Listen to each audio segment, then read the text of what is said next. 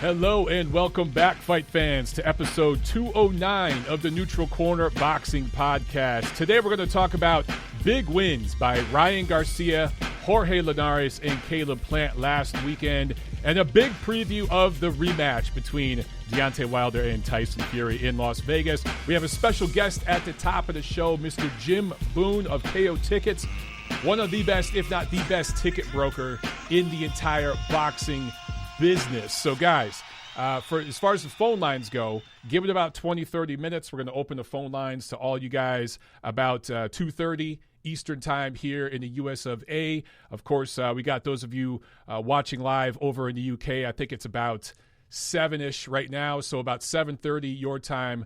We're going to open up the phone lines. But for now, we're going to get into just some quick news and notes, and then we will talk to Mr. Jim Boone of KO Tickets, who should be calling in any minute now.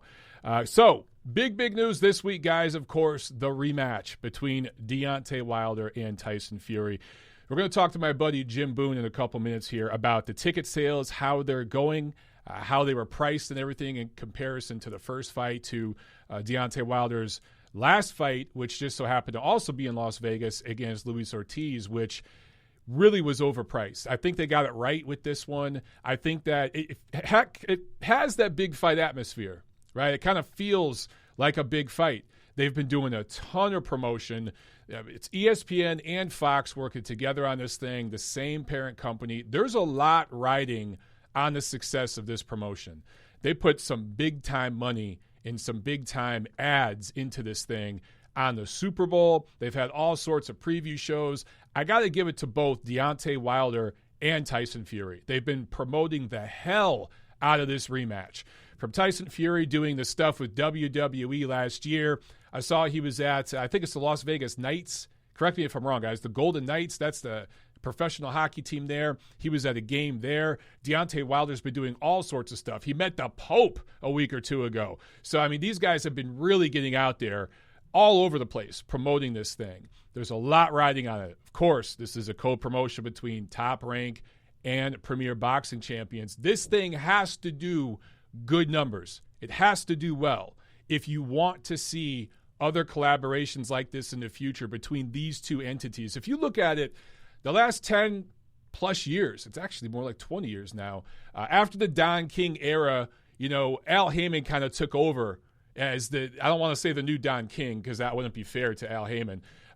He's kind of taken that role and represented the same sort of boxers for the most part that Don King did, mostly American fighters, and marketing to a lot of the same fan base.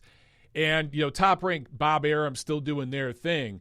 And the rivalry that Grandpa Bob and Don King had is kind of become a new rivalry between Uncle Al and Grandpa Bob. And they don't work together a whole lot. They're kind of really polar opposites, the way they do business, the way they build up their fighters and market everything.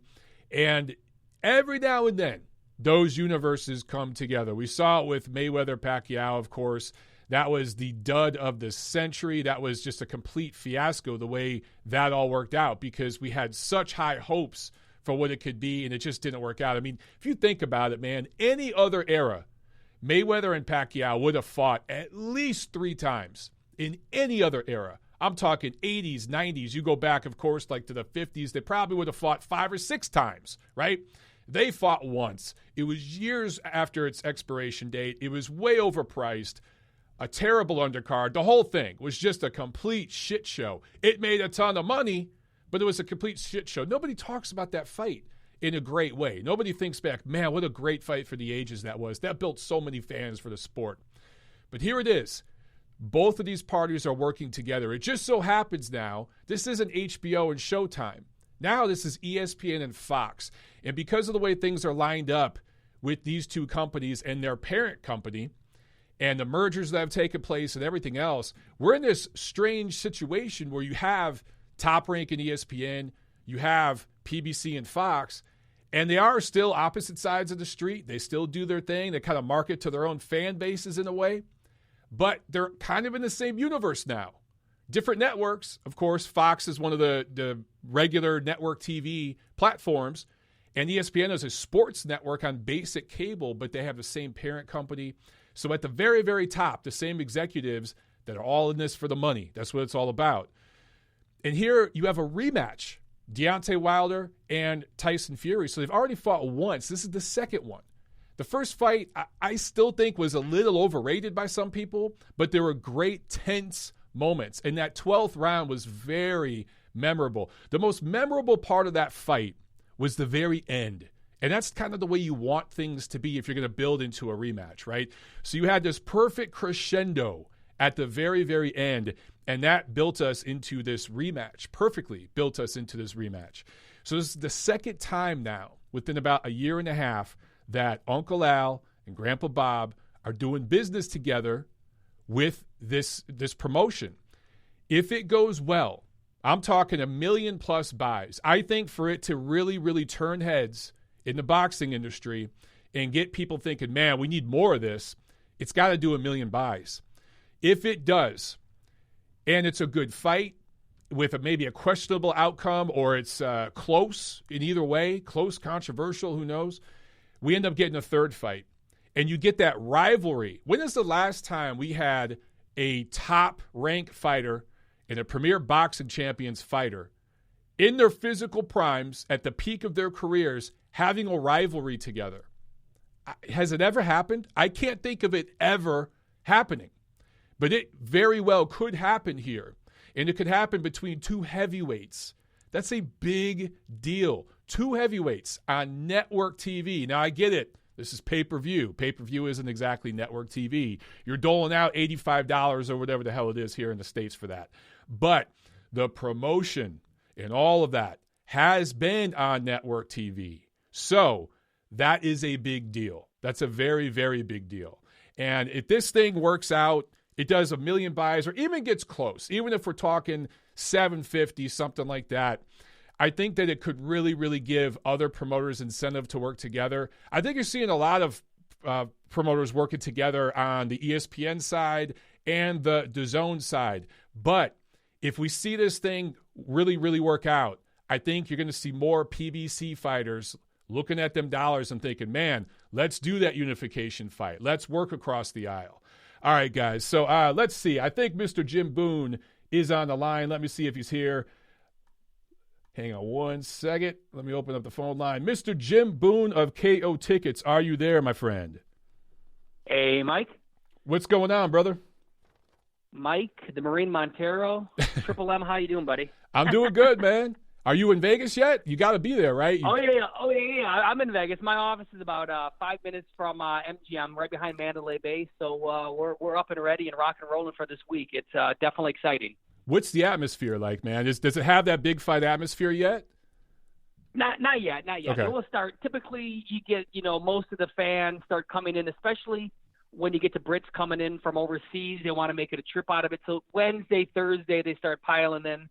Friday will be off the chart, and Saturday will be insanity, just like we like it. Awesome, man. How are these sales going in comparison? So, I mean, you worked that Wilder-Ortiz rematch. I remember we talked about that, about the fact that the tickets were so overpriced. There was a good walk-up the week of the fight. But in comparison, how are these tickets priced for this rematch? Were they priced right? Are the packages priced well with the hotel and everything else? How is it going so far? I mean, listen, they priced the fight expensive for good reason. It's a very, very big fight, but They've done a really good job as far as the promotion, and tickets are selling. Contrary to popular belief, and I know people have called me and they're confused about it, the fight is not sold out. And there is definitely good seats available direct at AXS.com, which is AppleXRayShit.com. But the problem is, or not the problem, the reality is 90% of the tickets are priced at $1,000 or more. And 90% of the fans seem to want that $500 ticket. Right. So if you're a fan that just wants to go to the show, sit upstairs, have a great time, listen to the singing, watch the fight, it's getting real tight as far as the lower end seats. The high end, the high dollar seats, there's plenty available. But overall, I mean, amazingly enough, compared to the last fight, the Ortiz fight, there's actually seats for this fight that are priced cheaper, if that gives you any perspective. Wow. So they actually learned a little something from that fight with Ortiz. No, absolutely. Okay. That one just didn't make any sense. I'm not sure what the thought process was. But no, they've done a good deal with this. They put a good number of seats available to the public at under $500, kind of that $350 to $500 threshold. And basically, those have all gotten gobbled up. All the 350s have. There is a limited number of the $500 left.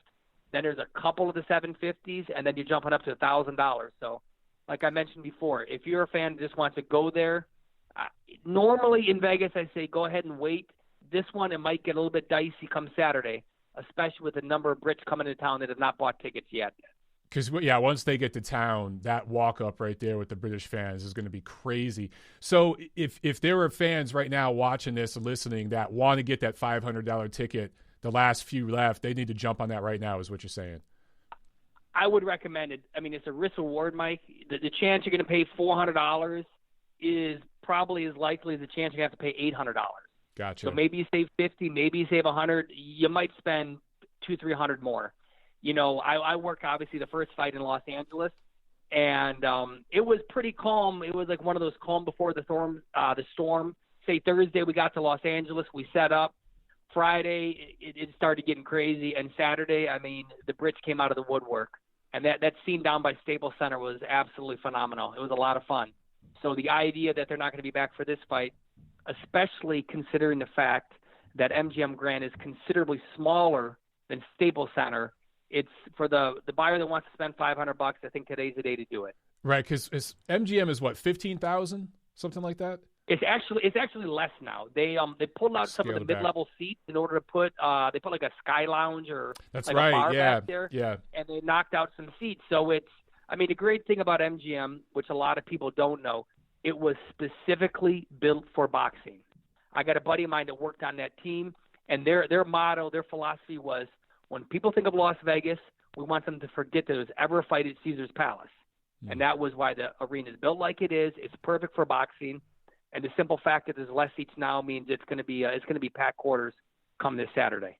Yeah, I mean, as a guy who's covered a lot of events at T-Mobile and MGM, I could tell you right now, MGM, not a bad seat in the house. I would so much rather cover a fight at MGM. T-Mobile to me is a catastrophe. It's a dump. It's a hockey arena. I've named it T Chernobyl. Everything that goes there turns into shit. Yeah. I mean, it's not a good viewing experience for the fans. Terrible views. I mean, the bar there. I mean, they want $22 for a beer. It's so insulting. It ruins the fun. It ruins the vibe. Plus, everybody's spread out between New York, Monte Carlo.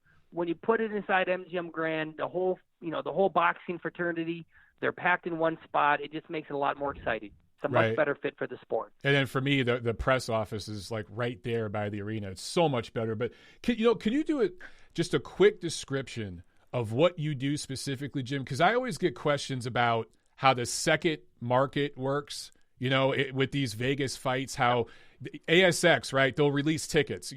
Let's say Golden Boy Promotions. I remember when it was Canelo and Golovkin. They're like, oh, tickets are going on sale tomorrow at noon, right? And then they're on the site.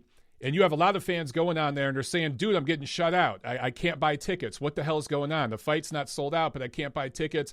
Can you explain out just a little bit how that process works, the secondary market and everything? Yeah, absolutely. So a promoter will, price and scale a fight. The biggest mistake that promoters make, and I know this is a fact from promoting shows myself, is they do not put enough of the cheap seats available. Whatever the cheapest ticket's going to be, the promoter has to make those readily available, not 200 of them, not 2,000. For a bigger fight, there's got to be a lot of them because that's what the normal person is going to buy. And that's why you constantly get people saying, well, we went to go to the show and it's sold out, despite the fact that there's, plenty of seats available like there is for Saturday. It's all the higher end seats. So what I do is I broker tickets. I work on a fight-by-fight basis with either the building, the promoter, the sponsors, or all three sometimes. And kind of every deal is different based on, the fight and the demand and everything else. So that's kind of, where I fit in. I work all the fights here domestically, basically all the big Vegas fights, LA fights, and New York fights. So it keeps me busy, and I'll certainly be in Texas next week for the Matchroom card. That's a hell of a card, Jerry man. Jones's.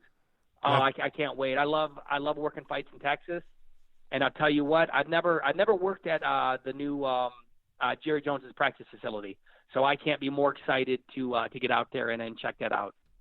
And you're all over the country, man. Last time I saw you was in Chicago for that Usyk fight. So basically, when tickets go on sale, you decide based on what the price is, the deal that you could get, whether you're going to do a buy-in, how many you're going to buy, and then you go from there, right? So it's a little more sophisticated than that. I kind of partner with the promoters. A lot of times I have to do sponsorships with it just to keep everything above board. But yeah, it's I look at a fight. Put it this way, and I can look at a fight and I'll know in 5 minutes. I'll know in 30 seconds if a promoter's making a mistake or not. And the good thing over the years is I think that's actually brought the price of tickets down. This whole idea that, we're going to price tickets for $50 a piece. Well, that's great, but if a person goes to Ticketmaster or AXS, then they got service fees. They can't buy a pair of tickets for less than $100. Right. So I think over the years, as I just don't buy these types of seats, they start coming back with these lower prices because, again, this is boxing. You have to service the fans who just want to go there and not spend an arm and a leg and a wing. So it's a fun business, and it's definitely going to be very exciting 2020 moving forward. Yeah, man, those service fees. I'll go back to Canelo Golovkin. Some of the service fees I saw, because people were doing a screenshot and tweeting it out. I was like, holy shit, it's crazy. So when people buy tickets with you, they don't have to deal with that. Yeah. I mean, listen, sometimes I mark the tickets up. Sometimes I sell them for less. But I'm more upfront in the sense that the price I give you is the price you pay. For example, like with this fight right now, I say it's $500, for a ticket to the fight. You're paying $500. Now, is that seat marked up? Yes, it is. That was originally $350 ticket. But the reality is the quality of seats I have are better than if you went to AXS to buy the ticket for $500 plus all the fees. And you actually know where the good seats are. That's another thing I always tell. Jim, I refer people to you all the time. And one of the things I always tell people is, where the good seats are. Every arena has like that hidden section of the best seats that, bang for your buck wise. And you know where they're at in every damn arena in America. So you're the guy to talk to about this stuff. Yep. There's a lot of, we see, for example, at MGM Grand, just not to get too technical, but 2 off dead center is like a section 17, or even 1 off dead center like a section 15. People see that on the map. It looks sexy, especially those low rows. And they always cheat the public by throwing row A in there. It's like, oh my God, I can get 17 row A. That has to be possibly the worst seat in the house. You will not see any action at all. You'll be looking at the screen the entire night. So it's not like they're being disingenuous, but it's just kind of like people get tricked into seeing a row A. It looks good on the map, and it's absolutely awful. You're way too low. You're on the corner. You're obstructed by the post. So yeah, I have a lot of knowledge, and me, I like to talk to everybody. We do a lot more of just like over the phone sales, so we can talk to the customer, walk them through the process, and really try to deliver, a good experience. My business is based on repeat clientele, and I take I take people very seriously when it comes to what they're looking for. Well, Jim, I appreciate it, man. Give everyone your number, your Twitter, everything like that, where they could get in contact with you if they are interested in getting out to Vegas this week. Yeah, absolutely. On Twitter, it's @KOTickets and KOTickets.com, www.KOTickets.com. That's got all the information, where my office is, everything else. But give me a call. I'll be around MGM all week, and it's definitely going to be a very exciting week in the fight capital of the world. It's going to be a good time. Jim, thanks a lot, man. Let's do it again sometime, brother. Have fun this weekend. Definitely. I appreciate it. Yep. Take care, brother. Bye. All right, everybody. Mr. Jim Boone of KO Tickets. Awesome call. Hopefully you guys got a little bit of inside scoop there about how that works. And now we'll go ahead and open the phone lines. So you guys call in if you want. Also, during that chat with Jim, just saw a super chat pledge from Sean Thompson. He says, finally time I could join the live chat. Hope you're well, brother. Keep up the good work. Awesome. Thank you so much, Sean. And guys, I'm not just saying it because he's my friend. Jim Boone knows what he's talking about. He is the go-to guy. Anytime I have a question about not just what tickets to buy, what sections of a fight, but when to buy, I think the most important thing for boxing fans is to know when to buy. And it's not just for the big shows in Vegas. It's also for the club shows. It's everywhere, okay? Every single event. A lot of promoters, as Jim mentioned, they, for some reason, when they drop tickets on these big fights, they only want to release a few hundred of the cheap tickets. They want to keep those going because I don't know if they want to mark it up later or what they want to do with it.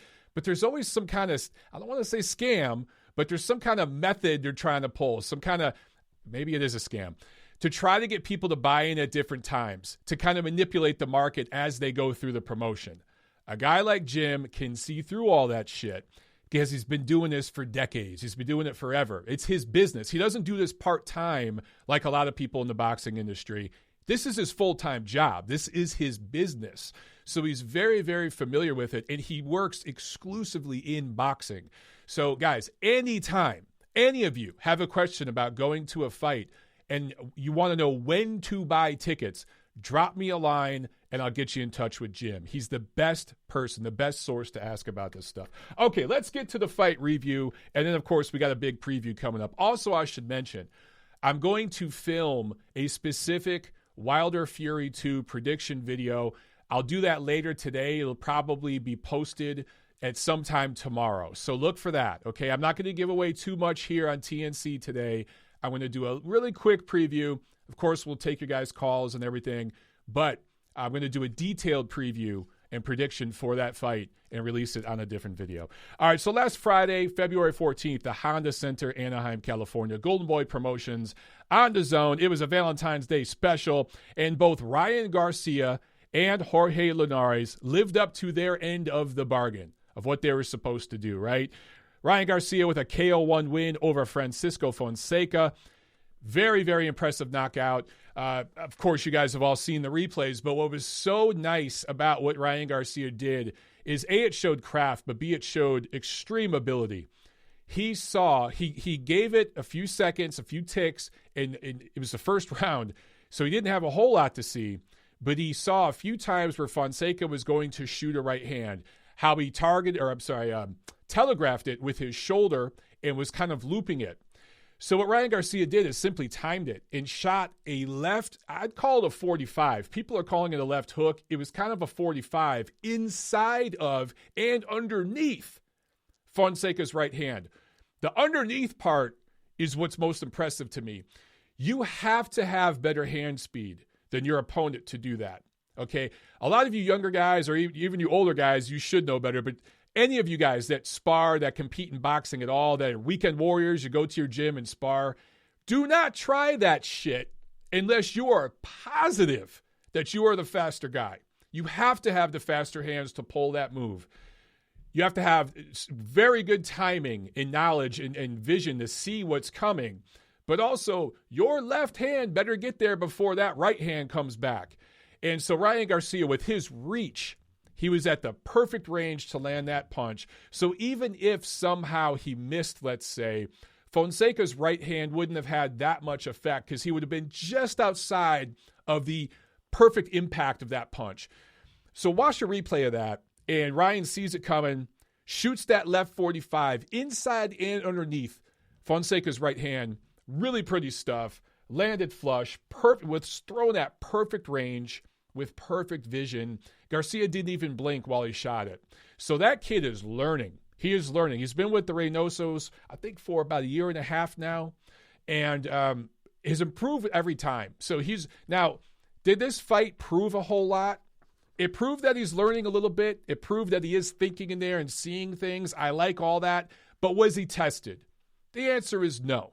The answer is no. And I tweeted about this. Look, a lot of people are getting really excited about Ryan Garcia. I get it. From a promotional standpoint, he's a promoter's dream, right? The boxing industry is salivating over this kid for a million reasons. But as impressive as this win was, Fonseca is a natural 130. He's been stopped before. He was stopped at his best weight by Gervonta Davis. Now, Garcia's knockout was more impressive, but when you look at the size factor and everything else, Ryan Garcia still has not been tested. He hasn't fought not one actual natural lightweight who could punch. Not one. So until that happens, we can't get too excited. It just so happens that's probably what's going to take place next. Jorge Linares, KO4 win over Carlos Morales, his first time ever being stopped. So this was an impressive win by Linares. But when you look at matchmaking, Morales is perfect for him. Perfect for him.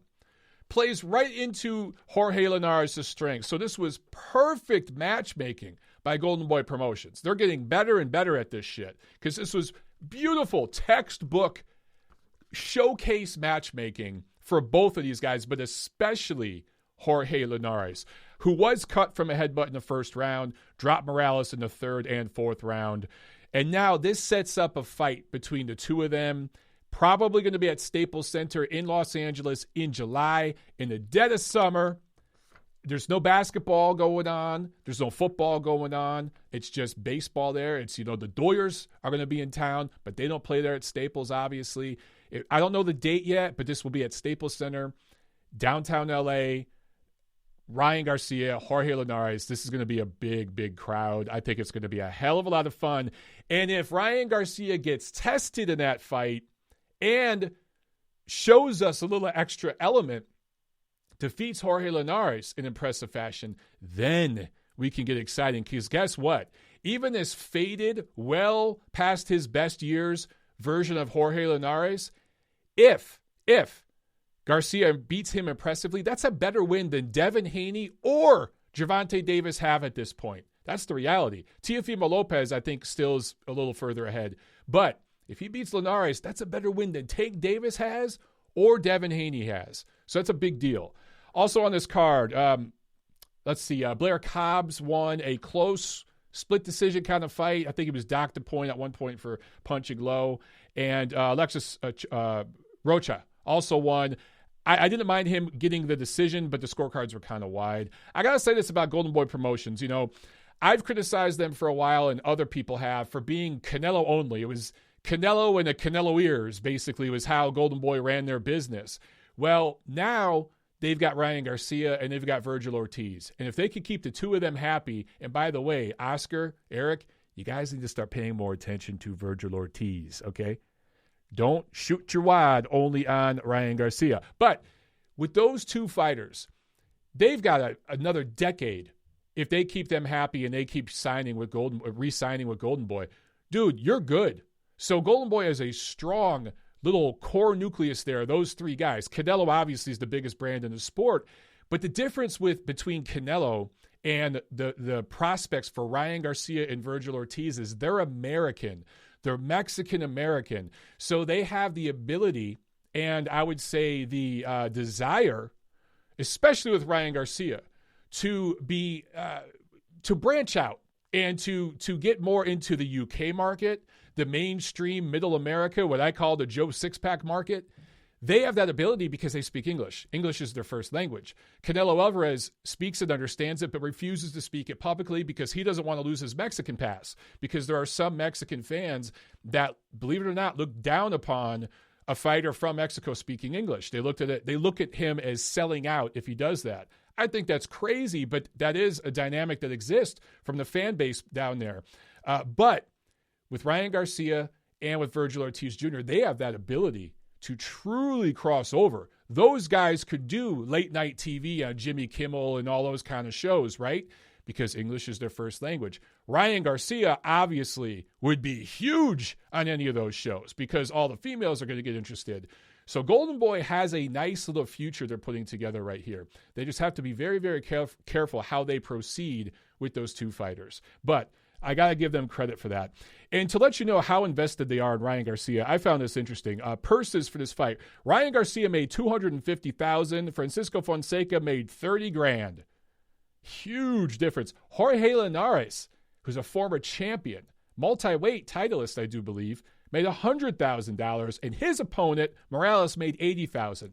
So look at the pay scale for the co-main, and then look at the pay scale difference in the main. And you see where Golden Boy's heart is, where their heart and soul is. It's with Ryan Garcia. All right, we got a couple callers here. Let's jump on. Looks like we got a UK caller, I do believe. 5232, you are on the Neutral Corner Boxing Podcast. What's going on? Hi, Mike. Hey, how you doing? Very good. How are you, sir? Good. This is Arturo from Mexico. Oh, Arturo, what's up, man? How you doing, brother? Very good, sir. Very good. Okay, so I'm not listening to the show on YouTube, but I want to talk to Jorge Linares. and those guys in the 165 pound division. As you know, I'm Venezuelan, so I'm pretty familiar with Linares' career. But I do not think that at the last fight, even Linares and Garcia, they fought guys like I'm saying, it was the guy number 50 and number 50. Arturo, your call is really breaking up. Could you ask that one more time? But your call is really breaking up a lot, man. If it keeps breaking up like that, I'm going to ask you to call back. But if you got a question, shoot it real quick because your call keeps breaking up. Don't worry about it. Okay. Can you hear me? Yeah. Okay. Go ahead and ask your question real quick because your call keeps breaking up. So. My question is, what about Rolando Romero? Please, like, nobody calls me out. I can't hear you. I'm sorry, Arturo. Can you call back? Your call's breaking up, and I can't hear your question, brother. It keeps breaking up. I tried to listen, but give us a call back, okay? When you get in a better area, call us back. I will. All right. Thank you so much, Arturo. All right. Yeah, guys, I just couldn't hear that call. So let's jump on to another call here real quick.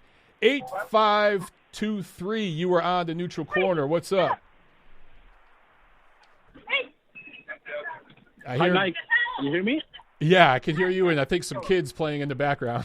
What's going on? Yeah, sorry. I'm on the street. I listen to your show. I'm Roberto from Peru. Peru? How you doing, Roberto? And I want to ask you, fine, thanks. And a few people who listen to you in Peru, because the boxing is not so spread, but I really love the sport, so I really listen to your show. You are very active in Twitter, so I follow you almost all the stories. Everything is great. Great work on your part. Thank you for the opportunity to call you. Well, thank you for calling and for saying all that and for following the show. I appreciate that. Yes, and now, based on the show, I want to provide my analysis for the fight, Fury versus Wilder. Really, at this time, and I think Fury is going to outbox completely to Wilder. I think Fury hasn't been so aware on the last fight in order to reach this fight.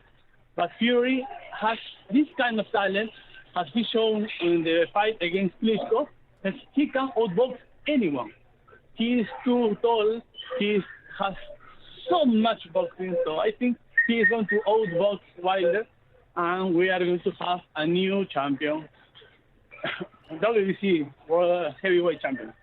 And so you think that he's going to win big? How many rounds do you think Fury's going to win, Roberto? Do you think it's going to be like 9 rounds, 10 rounds, like a completely one-sided fight, or do you think it'll be close? No, one-sided fight. I think Wilder is going to try to do the same thing he did with Luis Ortiz, but this time he cannot catch Fury. Fury has too much boxing and has too much ability, so I think I don't see how Wilder can beat Fury. I know he has the power in the hands, but Fury has too much boxing. I hope this happens because Fury fights to anyone, anywhere, anytime. Yeah, I agree with you. Wilder doesn't want to fight Joshua. Why they delay a lot? They talk a lot. Joshua is the same, but Fury has no fear, has no afraid of anyone. He wants to fight to Klitschko, to Germany. He went to America after 1 year out of the boxing to fight Wilder, when Wilder was the completely destroyer. And now he's fighting again. So I hope he won. And I want to see him fighting to Joshua for all the belts.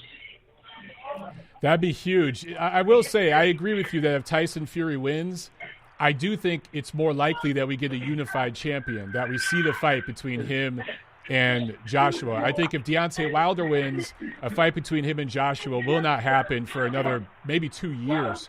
So I agree with you. It's probably better for boxing, for the heavyweight division, if Tyson Fury wins. It's probably better for American boxing if Deontay Wilder wins. But you are on the record, sir. Thank you for calling in, and I hope everything down there in Peru is going well, and we'll talk again soon. All right? Have a good day. Okay, that's right. Thank you. Same to you, my friend. Bye-bye. All right. Our first call from Peru. I'm loving this. Durden Boxing with the Super Chat pledge. She says, I love me some Ryan Garcia, the goods. And the goods is all caps. And we just had a Super Chat pledge from CJ Duncan a minute ago, too. Said, logging off for a conference call. Keep up the A1 effort. All right, guys. Thank you so much. Let's get back to the review from last week, Saturday, February 15. PBC on Fox from the Bridgestone Arena in Nashville. This was on Fox from TGB Promotions. And in the main event, Caleb Sweet Hands Plant scores his 12th knockout of his career to improve to 20-0. TKO 10 win over Vincent Feigenbutz, the second defense of Plant's IBF super middleweight title. He called out David Benavidez, the WBC titleist, next. So, a few things to say about this fight. By the way, I covered this card for ringtv.com. So if you guys want to see my write-ups on this fight and the other two fights on the Fox broadcast, go over to ringtv.com and you'll see my detailed breakdown there live right after the fights happen. So for Plant, look, some people thought that Feigenbutz lasted too long, that Plant played with his food too much, and I don't agree with that. I think the German kid obviously was very, very tough and determined. A lot of mental will and fortitude. Sorry, guys, I'm getting a bunch of text on my phone from everybody talking about tickets for the fight this weekend. So sorry if you're hearing that beeping noise. That's just people texting me. But for Plant, some people didn't like his performance. Some people loved it and thought he looked like the pound-for-pound number one fighter in the world. I think it's somewhere in the middle. This was a showcase-level opponent. He won every second of every round. Do I think maybe he could have did a little bit more and got him out of there a little sooner? Maybe, but that's just not Plant's style. All in all, look, this is the second journeyman-level opponent in a row, or perennial contender, whatever term you want to use. To me, journeyman isn't a diss. It's not necessarily a bad thing. It's just, I think calling a fighter a bum is a bad thing. But there are journeymen, and I just think Feigenbutz, it's when it all sorts out on the grand global scale, he's a journeyman-level opponent, and so is Mike Lee. This is the second journeyman-level opponent in a row for Caleb Plant after winning the title over Jose Uzcategui last year. And Uzcategui, as good of a fighter as he is, he's a good, solid fighter. He was a top 10 super middleweight, obviously, when they fought. I don't know if he still is. Not an elite fighter. I'm ready to see Caleb Plant face an elite fighter. David Benavidez is an elite fighter. So if that fight doesn't happen next, shame on all parties involved. It should happen. Look, there was a good crowd there in Nashville, and I know for a fact from people that were there that I talked to that there were several, maybe 1,000 free tickets given out. There was some papering going on, but there were also thousands and thousands of tickets sold, both for the full sticker price and for discounted prices up on Fight Week, the walk-up during Fight Week. But it was a good crowd regardless of how the people got there, a good crowd. And it was a good showcase type of performance for Caleb Plant. There was a lead-in from an XFL card on Fox that led right into this broadcast. There was a couple of good fights on the undercard that started the broadcast that led up to the main event. So all in all, this night went about as good as it could have gone for PBC and for the Caleb Plant brand. Now, you got to capitalize on that and this momentum. In a fight between him and David Benavidez, whom he correctly called out after this fight, that's got to happen by the end of the summer. I don't want this shit happening in December in Brooklyn at Barclays, somewhere where it does not belong. And it also should not be pay-per-view. Joe Goosen, during the broadcast, said that the fight between Plant and Benavidez is a pay-per-view fight. Now, was that a Freudian slip?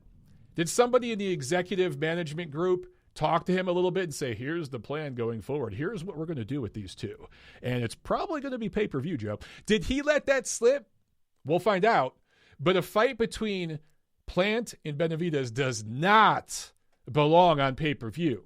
Where it does belong is Fox. Go right back to Fox and do it in a place. You want to go to Vegas? You want to get your money?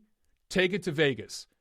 Plant lives there in Vegas now. He trains, I think, he lives in Henderson, which is a suburb of Vegas. Him and Jordan Hart, I was going to say Jordan Hardy. It's Jordan Plant now. They just bought a house there. So he's based out of Vegas. Benavidez is from the Southwest, Mexican-American. That fan contingent will show up in Vegas. That fight, do it in Vegas. Get your casino site fee and put that shit on regular Fox, not Showtime, not pay-per-view, and it will do numbers. But they can't sit for too long. They need to jump right on this. I saw back in the chat here, let me check this out. There was a super chat pledge from Drew. Thank you so much, Drew. He asked, who's your favorite at 135? Lomachenko. Look, right now, Lomachenko is the champion at 135. Right after him, it's Teofimo Lopez. So if you're asking me who is my favorite of the 135 youngsters, where we've got Haney, we've got Tank Davis now, we've got Ryan Garcia, my favorite guy right now is Teofimo Lopez. He's the most proven. He's got a title. It's not just that he has a title. He's actually beat some decent guys and proven himself. He's been tested, and he's passed those tests. He's further along in the process than Devin Haney and Ryan Garcia. I think Lomachenko is going to beat him, but he's going to learn so much from that fight and move up to 140 pounds and be an instant player in that division overnight. And he might be the best guy at 140 a year from now. You heard it here, folks. So I'm highest on Teofimo Lopez. Back to Nashville. Abel Ramos, TKO 12 win over Bryant Goodfella Perella. I love how the Italian guy, his nickname is Goodfella. Gee, that's not a stereotype. A crossroads welterweight fight. And look, if you watch this fight live, holy shit, the drama at the very end. Perella outboxed Ramos for 9 3/4 rounds. Shit, maybe 9 9/10 rounds. This was a 10-round fight. And then he just kind of got unfocused for a split second there. It was like the last 30 seconds of the last round of the fight that he had dominated. Not just on the outside, but on the inside, at mid-range, everywhere. It was a beautiful performance. He showed a lot of range in that performance. And then he slipped just a little bit for a split second. Ramos landed a beautiful left uppercut, flush, that Perella didn't even see coming. He goes down, gets up, totally on reflex, and because he was in such good shape. But he was completely discombobulated. Had that uppercut landed in the first 2 rounds, he would have been hurt. He would have went down, mind you, but I think he would have recovered better because it was so late in the fight and he was so tired. He threw 800-some punches. He was hurt. He gets up to his feet. He tries to continue. And I'm thinking, man, okay, he got dropped. Ramos, kept fighting a good fight, dropped him, and he gets to hang his hat on that he almost had him, right? But no, he follows up and drops Perella again with an overhand right. Perella goes down, gets up again because of his reflexes. Perella, good amateur career, good local, domestic level amateur career. The guy's got experience, okay? He knows how to conduct himself in the ring. It wasn't necessarily his brain telling him to get up. That was his body, just from reflex, getting up. But he was on very unsteady legs. Referee Jack Reese asked him to not only, are you okay? Do you want to continue? All that typical stuff. But Jack asked him, walk to your left and then stop and come back to me. He said all that. Perella tried, but he stumbled. So Jack, I believe correctly, stopped the fight. I've heard a second left on the clock. I think it was 1 second officially on the clock. Other people have said the timekeeper screwed up and there was a few more seconds than that. Whatever. Either way, there was only a few seconds left. And a lot of people were furious. Obviously, Perella's team was furious. But if you think about it, and Joe Goosen, who I just, had a little fun with a minute ago, one good point he did make during the Fox broadcast is he said, look, Jack Reese is not a timekeeper. He's a ref. And that's a great quote from Joe Goosen, and it's so true. The referee is supposed to assess a fighter who's hurt. If they're no longer able to defend themselves, it doesn't matter if it's the first round or the final round. It doesn't matter if there's 10 more rounds to go or 10 more seconds to go. You call off the damn fight. If you hurt a fighter to the point where they can no longer defend themselves and there's still time left on the clock, technically, that's a technical knockout win for you. That's why they call it the hurt business. And that's why boxing, I feel, and yeah, I'm a little biased, boxing has that kind of drama, that unpredictable, crazy drama out of nowhere seemingly that you just do not get in other sports. You see awesome slam dunks in the NBA. You see crazy Hail Mary passes in the NFL. You see grand slams in baseball. But you do not see, it just doesn't work this way in other sports. You don't see, in the NFL, let's take the NFL. You don't have one team dominate a game for 3.5 quarters, and then on one play, the other team wins. The score can't be 28-3, and then you score one touchdown and win a game. It doesn't work that way. That shit only exists in martial arts. And I think boxing, you have the chance for it more than other combat sports, other martial arts, because in boxing, you have more rounds. You go deeper into a fight, guys get more and more tired. And Ramos's pressure, if this was a 3-round fight like in the MMA or a 5-round fight or whatever, Ramos wouldn't have won a round. He maybe would have got a round. But because this was a 10-round fight, it's a marathon. Every one of these fights is a damn marathon. He was able to keep grinding, and finally he got through. And that's the shit that movies are made of. That was crazy. I did not expect that. That was a great lead-in to Caleb Plant's main event. TGB Promotions and everyone there at PBC on Fox, they had to be thrilled with that because, I mean, people were talking about that for a while. Also on this card, Diego Magdaleno, unanimous decision win in the 10-rounder lightweight fight against Nashville's Austin Dulé. Knocked him down in the 7th. Dulé won the first 2 rounds, looked good early on, but then Magdaleno took over. Pressure, all-out pressure. Some veteran, nasty, rough stuff in there. A lot of low blows that Jack Reese kind of let go. But to Jack's credit, he did start warning him. He did take a point.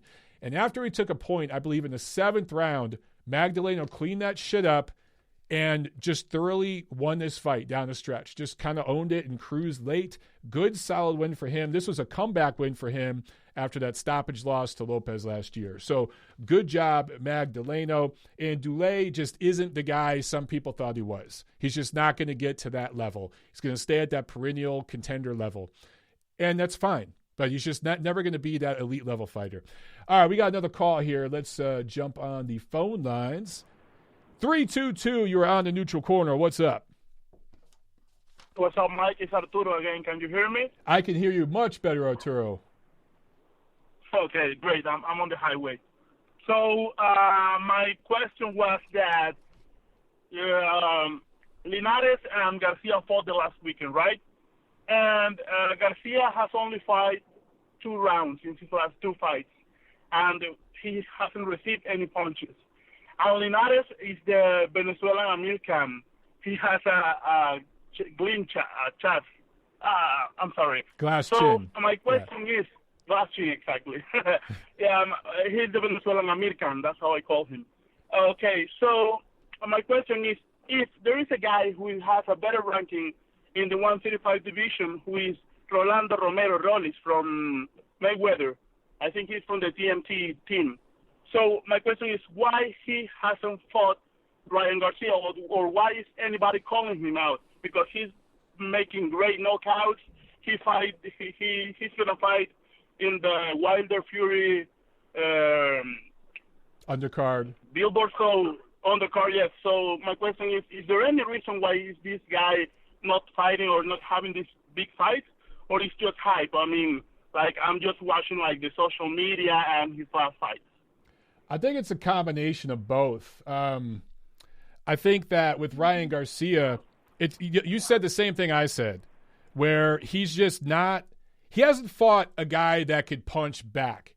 You're right. His last 2 fights have been not even 2 full rounds, and that's a bad thing because he's not developing.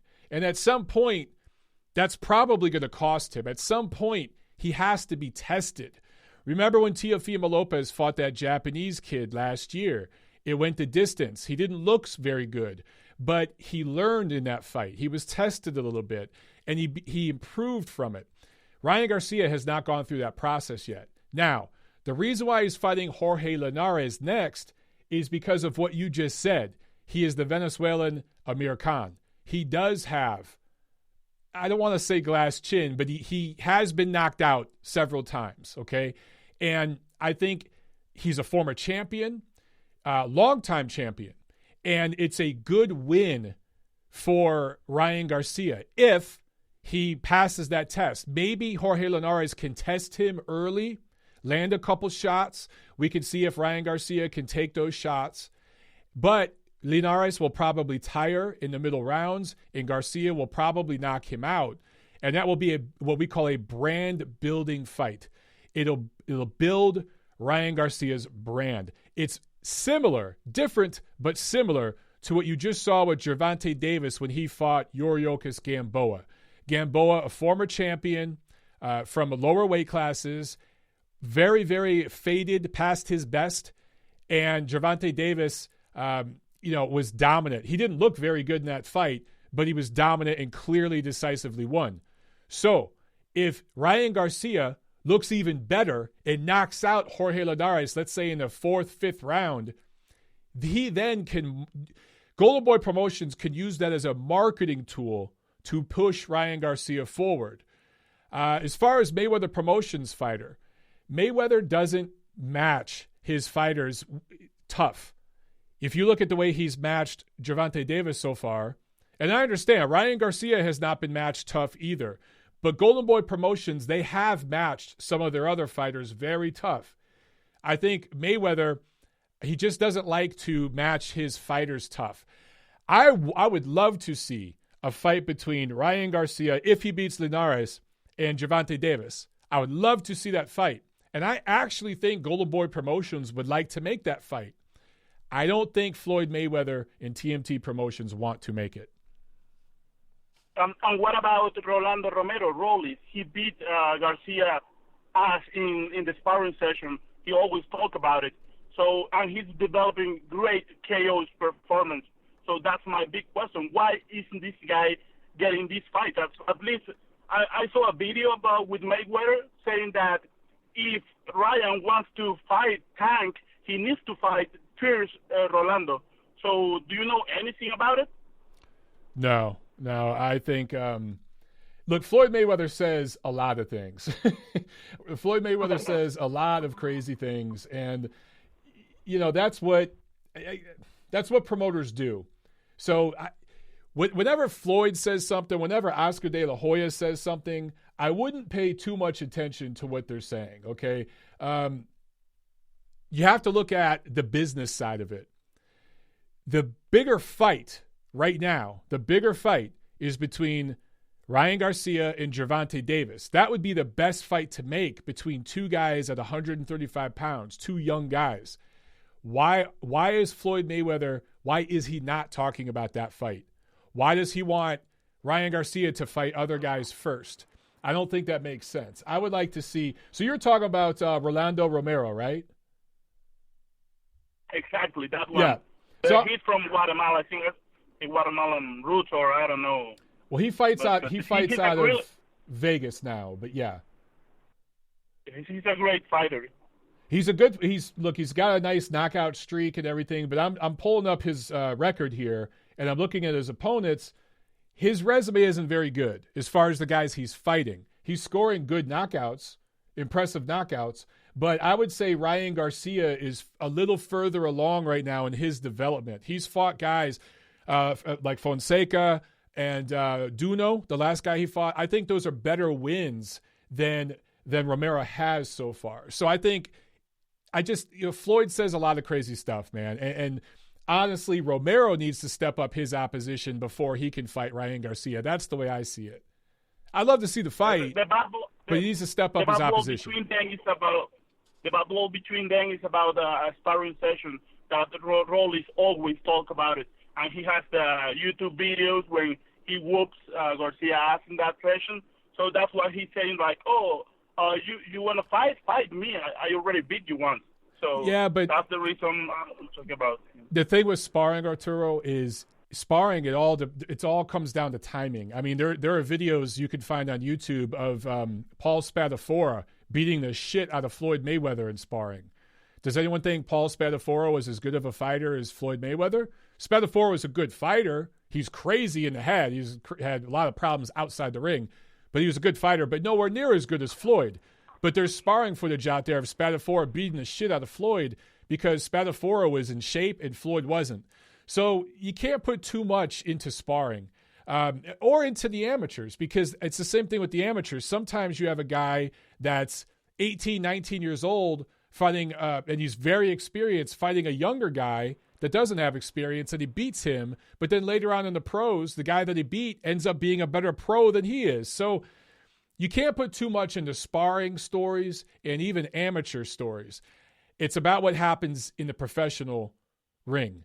And so far, I think Romero needs to step up his opposition if he wants to fight Ryan Garcia. There's just much bigger fights for Ryan Garcia at this point. Okay. Thank you, sir. Thank you, man. Have a good one, Arturo. You too. Bye-bye. Bye. All right, we got one more call here, guys, and then we will jump into the preview for this weekend. Let's see. 3538, you are on the neutral corner. What's going on? What's going on? How's it going? Good. This is Mark from Ireland again. I hope you're well this week. I hope everybody's looking forward to the fights. And I know that you're going to do a preview and do a prediction on the biggest fight of the weekend. You're going to do a prediction video. But, I'm convinced I can get you to talk about it and just give me one name on who's going to win, just by asking you one question. Okay. So, the biggest fight of the weekend, who have you got? João Santacima or Emmanuel Navarrete? Oh, I see what you did there. Oh, yeah. Well, you know what? I think the Filipino is going to shock the world, brother. Yeah? Yeah, bet that. Bet everything, your life savings on the Filipino kid. Everyone's sleeping on him. Honestly, Mark, it's a pretty shitty undercard. It's a pretty shitty undercard, my man. There's no other way to put it. No, it's not that bad. Charles Martin in Washington, that's actually competitive. It will be competitive. I don't know how entertaining it will be, but it will be competitive. That's true. But yeah, one thing I just want to respond to a little bit to last time. You know, with sparring, David Price knocked out Anthony Joshua. Yeah. So, yeah, I mean, there's all kinds of go. stories. I mean, I remember hearing all kinds of stories in Michigan about James Toney getting his ass handed to him in sparring because he was never in shape. And James would never do road work. He'd do bag work and sparring. That's how he got in shape for fights. And the first few weeks of camp, he'd get tuned up. But by about that third, fourth week of camp, he beat the shit out of everybody. They'd have to bring in new sparring partners. So you can't put too much into sparring. You just can't. No, especially because sparring is where you're working on things for specific fights. And it's just a training regime pretty much, depending on what you're doing. Sometimes it's just for work. Sometimes you're just working on your job. If someone puts it on you tough and they get on the inside, they can chin you. Exactly. And can happen. But, yeah, so this weekend's fight, I personally have Tyson Fury. I already did my own kind of little prediction thing, but that's gonna be a hell of a fight. It's very important for the division, and afterwards, whatever happens with the second and third fights, the only thing we really need at this stage for me is to see Undisputed, because I only started watching boxing live in 2003 or 2002. Sorry, Lennox and Tyson pay-per-view. I wasn't allowed to watch live fights until I was 10. So okay, I never got to see two heavyweights actually unify to become undisputed, because the last time it happened was '99 with Lennox and Holyfield. Right. So, and that means that there's a generation of boxing fans who haven't had that experience. You were around, you watched boxing, then you know what that's like. You know what it's like to experience it live. It's a massive thing, the Undisputed Heavyweight Championship of the world. That goes back to story, watching Rocky and everything, and the new Undisputed Heavyweight Champion of the world. That term like even young kids, like you see them in gyms and they're fighting, and you hear them calling themselves undisputed, like that little fantasy in your head. Right. And the fact that they've been playing with that for so long is still mind-boggling to me. Like it's just the marination. This is literally the marination era. Some people call it the Floyd era, but marination's been going on for a long time, like with Ray Leonard. And I just want to ask this: do you think Deontay Wilder will ever fight Anthony Joshua if he wins? That's a good question. I Not think, because of him, because of promotion. You know what? Ultimately, it falls on the fighter. The promotion's supposed to work for the fighter. So I understand why you say that, but I would say that's bullshit. Look, Lennox Lewis and Riddick Bowe never fought, right? And it was 100% on Riddick Bowe. So if this doesn't happen, look, if Deontay Wilder beats Tyson Fury, let's say he knocks him out in the second round. It's so decisive, we don't need to see a third fight. What happens from there? Well, he's probably going to end up fighting Adam Kovnacki or one of those kind of guys, right? And at the end of the year. And then there will be the WBC will give him a mandatory. Maybe finally Dillian White will get a crack early next year. It's going to be at least... Unless he loses to Baveckin or another dangerous mandatory for the WBC happens to fail a drug test to postpone things for a little bit longer. Which could happen for the 4,000th time that we've already seen happen. I think we've seen it happen 3 different times, yeah. It's insane. I think that it's very, very likely should Deontay Wilder beat Tyson Fury that we eventually have to get the fight with him and AJ, but they're probably going to delay it to 2022, something like that. Now, if Tyson Fury wins, it's probably going to be by decision, which means we're going to get a third fight with him and Wilder. So that's going to carve out this year. But if, let's say Fury wins the rematch Saturday, and let's say he wins the third fight later this year, maybe it's in the fall or something, then perhaps I think it's a very strong possibility in 2021 there's a fight between him and Anthony Joshua. I really do think he has proven that he is willing to go on the road and fight anybody. And I think I also think, look, Joshua has shown that he wants to come to America. It sounds crazy, but it's very possible a fight between Fury and Anthony Joshua, maybe there's a 2-fight, 3-fight series there, that one of those fights is in Las Vegas or New York, as crazy as that sounds. It's very possible. I could see a possible if a trilogy happens, I can see the first fight taking place in neutral territory, the second one at Wembley. And even though you could consider that to be neutral territory in a way, it's kind of not. Yeah. Just because AJ has such a massive... That's his house. Yeah, that's his house. I mean, Tyson Fury is not a big star in the UK. He's not. He's probably more well-known. He's a big name.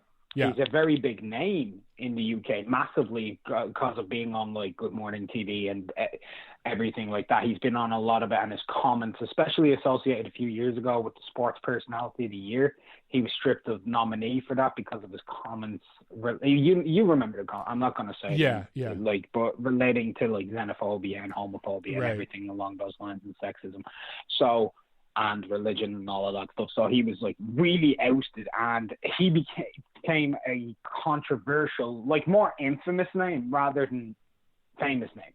So everybody kind of just knew the name Tyson Fury. But having said that, Joshua is just really well loved, and Fury's the heel, to use a wrestler term. That's a perfect marketing campaign, though. Oh yeah, them two are fire and ice in a way. Them two will just sell. Doesn't matter where you put them. They'll sell. Fury knows how to get under Joshua's skin, and when Joshua's more riled up, he's actually a lot more entertaining as well.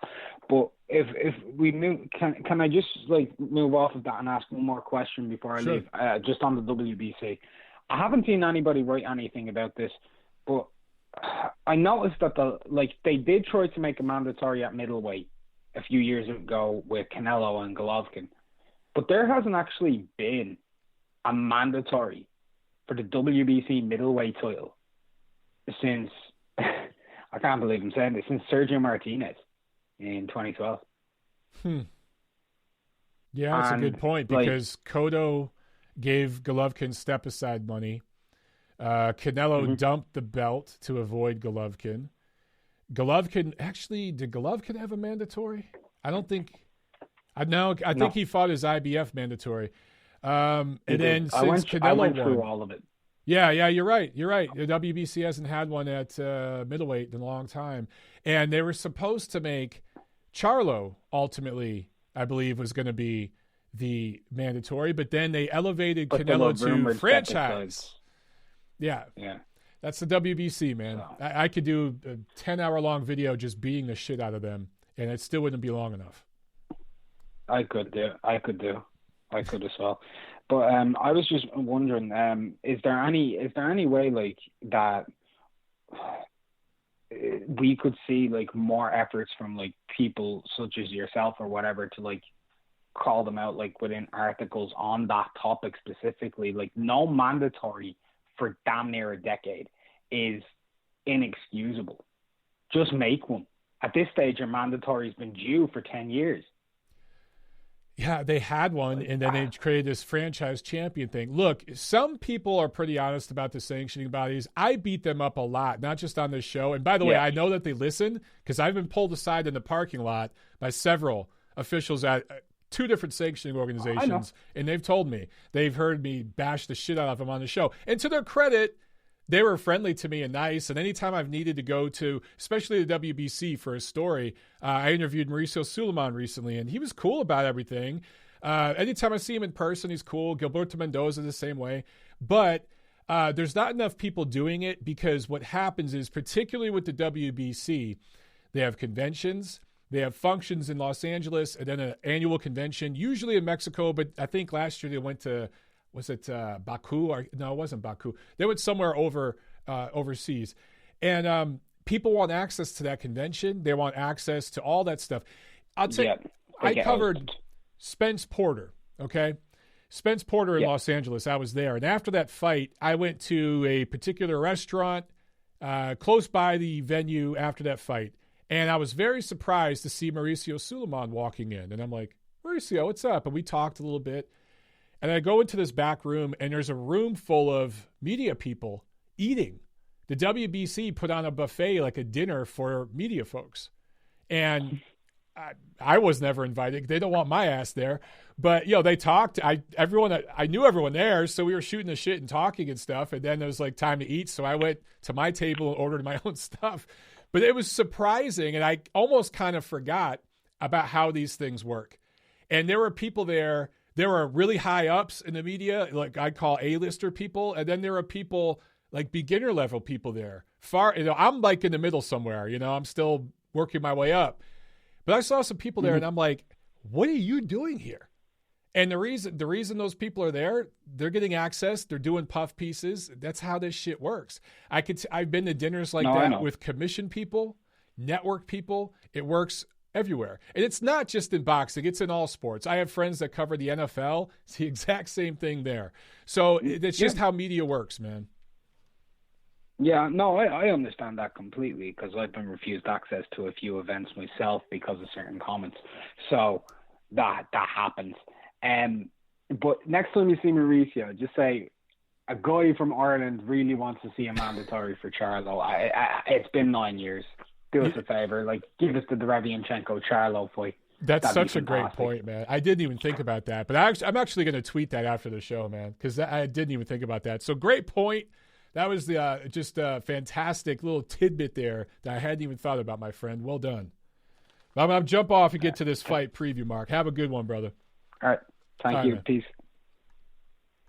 All right, guys. Great point there. That I had not thought about that, but wow. Almost a decade, no mandatory at the middleweight division for the WBC. And they had it a few times set up, and they've continued to find ways to not do it.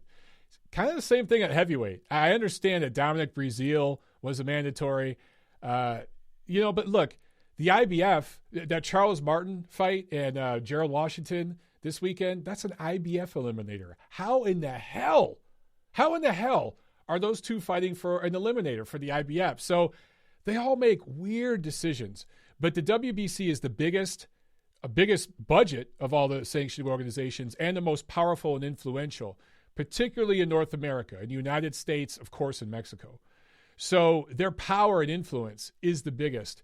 And when they make questionable decisions, it impacts the sport more than when the WBA, the WBO, the IBF do it. The WBC has a greater impact when they do stupid shit. When they do good things, it has an impact, but the other sanctioning organizations, they haven't caught on to their weight protocol or the drug testing protocol, and they should. Anyway, all right, let's talk about what's coming up this weekend, guys. Friday, February 21st, ESPN picked up a card from MTK Global in London, the Golden Contract Tournament semifinals, featherweight and super lightweight. And the Telemundo card is going from Miami on Friday. So that's what's up Friday. Saturday, ESPN Plus picked up a show from Queensberry Promotions, also in London. And then, of course, the big one from the MGM Grand in Las Vegas on ESPN and Fox pay-per-view.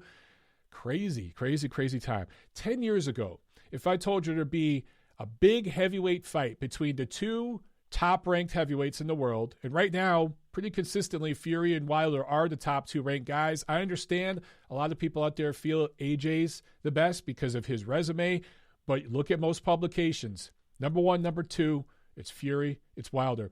And if I told you 10 years ago that the two top heavyweights in the world would be fighting on Fox and ESPN on a joint pay-per-view, you would have told me I was insane. Here we are, folks. It is 2020. So the undercard, I'm not going to spend too long on this. Emmanuel Navarrete is going to whoop the shit out of this Filipino kid, Geo Tupas Santissima. It's a fun name to say. Look, Filipino kids usually show up and fight tough, but Navarrete is just too big, too strong, and he's going to just wear this kid down. This is the fifth defense of Navarrete's WBO super bantamweight title, his sixth fight in less than a year and a half. So even though his opposition has mostly been crap, including this fight, I can't really complain that much. When you've defended your title, this will be the fifth time in just over a year, and when you have fought 6 times in less than a year and a half.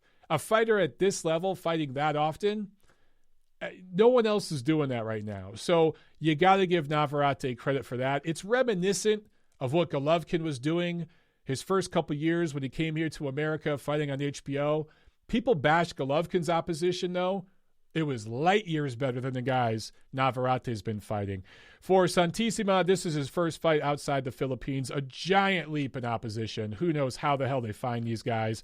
But Mexican versus Filipino, it's in Las Vegas. Gee, you think they know what they're doing with this one? This is top ranks portion of the undercard. They want to build up Navarrete. He's eventually going to be an opponent, they're hoping, for Naoya Inoue, who's also fighting in Vegas in a couple months. It's almost as if Top Rank knows what they're doing here. Also, the co-main heavyweights, Charles Martin, Gerald Washington, IBF eliminator. Look, Gerald Washington should win this fight. Who knows, but he should win this fight. I just think he's the better overall athlete. He's not very fast, economical with his punches, not very busy. But he's just overall, I'd say, the better athlete. And he also has fought. He's done better. How about this? He's done better with better opposition than Martin has. Martin did fight Anthony Joshua, but come on, that didn't go very well for him. When Washington fought Deontay Wilder, he actually won some rounds in that fight. He won rounds. So he's just done better against better opposition. He should win that fight. Who knows, man? It's so evenly matched. Maybe it'll end up being entertaining as hell. Sometimes when you take two mid-level heavyweights and have them go at it like that, it's fun as hell. We shall see. Main event, Deontay Wilder, 42-0-1, 41 knockouts in 43 of his fights. Going up against Tyson Fury, 29-0-1, 20 knockouts. Rematch, the 11th defense of Deontay Wilder's WBC heavyweight title. Guys, if you're defending a title that much and you haven't unified yet, that's a problem. That's a big problem. Vacant ring and lineal title on the line. Now, I know ESPN and Joe Tessitore is going to try to tell you that this is, the however 5th, 6th defense of Tyson Fury's lineal. heavyweight title. That is complete and utter bullshit. And you guys know I've had a lot of fun at ESPN's expense, and I know for a fact some of those guys are mad at me because I've been told so by their friends off the record that they listen to some of my shit talk about the lineal thing. But none of that matters anymore. You know why? Because, again, these are the number 1 and number 2 heavyweights in the world. They're fighting each other. So this is a new lineage. The winner of this fight is the lineal heavyweight champion of the world. I'm going to say it here and now. So all that propaganda from ESPN no longer matters come Saturday. And also, that's why Ring Magazine, why we're putting our title on the line for the fight, because we feel it's the number 1 versus number 2 guy. Maybe it's number 1 versus number 3. Either way, that constitutes a new lineage. Ring titles on the line. Boom. I recognize the winner of this fight as the champion. So I'm not going to do a detailed preview here right now. I'm going to save that for my prediction video. However, I will say this. When we look at momentum, okay, momentum's a big thing in boxing. Big thing. And when you look at momentum and all the X factors, they pretty much all favor one guy. Look at what happened in the first fight. And I've talked about this a few times. In the first fight, which was December of 2018 in LA, Tyson Fury coming into that fight had gone 12 rounds with Vladimir Klitschko 3 years prior. It was a faded Klitschko. It wasn't the best version. I get it. Still, 12 rounds with Vladimir Klitschko, future Hall of Famer, all-time great heavyweight. That experience is what carried him through. He wasn't the sharpest. He had been laid off and all these things and huge, gain and loss in weight, all that. But that experience gave him the confidence to pull through in that fight with Deontay Wilder. Going into that first fight, Deontay Wilder had not fought an elite level heavyweight. Luis Ortiz does not count. Luis Ortiz is top 10 heavyweight, bottom half of the top 10. He's not elite. There are only a handful of elite level heavyweights.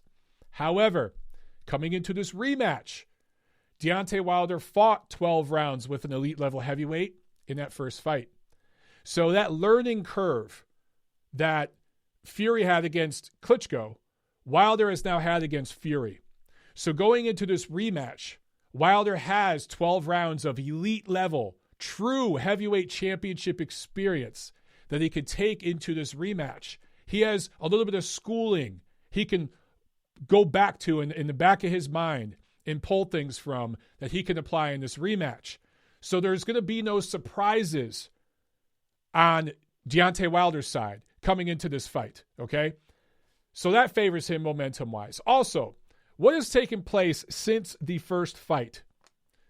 Both guys have fought twice. Wilder fought a mandatory, Dominic Breazeale. Yeah, the WBC hooked him up there. Okay, it is what it is. He went out there and iced the guy. One punch knockout. Massive confidence builder, right? As if he ever needed any more confidence. Massive statement. But people said, look, man, Dominic Breazeale is not a very good heavyweight. What the hell? That doesn't prove anything. Okay, does the rematch with Luis Ortiz. Now, again, I do think a lot of people overrate him. If you listen to the guys on Fox, Luis Ortiz is like the second coming of Muhammad Ali with his boxing skills. Absolutely ridiculous. This guy's a drug cheat in the past. This guy is 8,000 years old on blood pressure medication, okay? But he is a top 10 heavyweight. He's a good, quality, experienced, skilled prize fighter. And I honestly believe that Luis Ortiz in any era of heavyweight boxing would have been at the very least a solid perennial fringe contender. Okay. He's a good fighter. And yes, Wilder is getting outboxed and losing, but he came back and iced him. 2 good quality wins for Wilder. Now, you look over on the other side. Tyson Fury fights Tom Schwartz, right? Blasts him out in 2 rounds. As bad as the Wilder-Breazeale fight was, Fury-Schwartz was way worse, okay? Not even the same stratosphere. Then in the rematch, then in the second fight, Otto Wallin, okay? A guy who, journeyman-level fighter, struggled at times, suffers a bad cut that we don't know. Is that cut going to open up in this rematch? There's that. Stretches a guy in terms of rounds that Wilder would have blasted out in 2 or 3 rounds. So he fought 2 journeymen last year. He also went and did this WWE thing. He's been doing all the media circus. And Wilder has to a certain degree. But Fury has been doing more of it. So in terms of momentum, all that favors Wilder. One other thing. Wilder's team, although Wilder has like 400 different managers and promoters and advisors, he has a team of, like, he has a circus that travels with him. It's insane. His training camp has stayed the same. His corner is the exact same. Tyson Fury's corner changed. He didn't change it right after the first fight. He didn't change it before Tom Schwartz or Aldo Valine. He changed it before this rematch, abruptly, after the Aldo Valine fight. Normally, that's a bad sign. So, all I'm going to say here for now is that all these things indicate and point toward a Deontay Wilder win. I'm not going to give my prediction here because my prediction might go completely against everything I just said. I'm going to give my prediction on my prediction video, guys. That's all I got to say about that. I'm looking at the phone lines. They look clear. Great freaking show. Awesome guest with Jim Boone. We'll definitely have him on again. I hope you guys got something out of that conversation. Just a little insight into the way these things work with the ticket sales and all that good stuff. But, man, awesome calls again today, guys. We got calls from all over the world again. Mexico, Peru, Ireland. The show's growing. It's becoming more and more international. I'm loving it. I'm having a great time doing it. I hope you guys are too. So let's keep the good times rolling. Remember, follow, like, share, subscribe. Get the word out, all right? Start promoting this damn show. Let's build this thing up and make it bigger and badder than ever. In the meantime, we'll do a fight party this Saturday. How's that sound? We'll do some live fight commentary with Wilder-Fury2, and I'll see you guys then. I will see yous at the fights.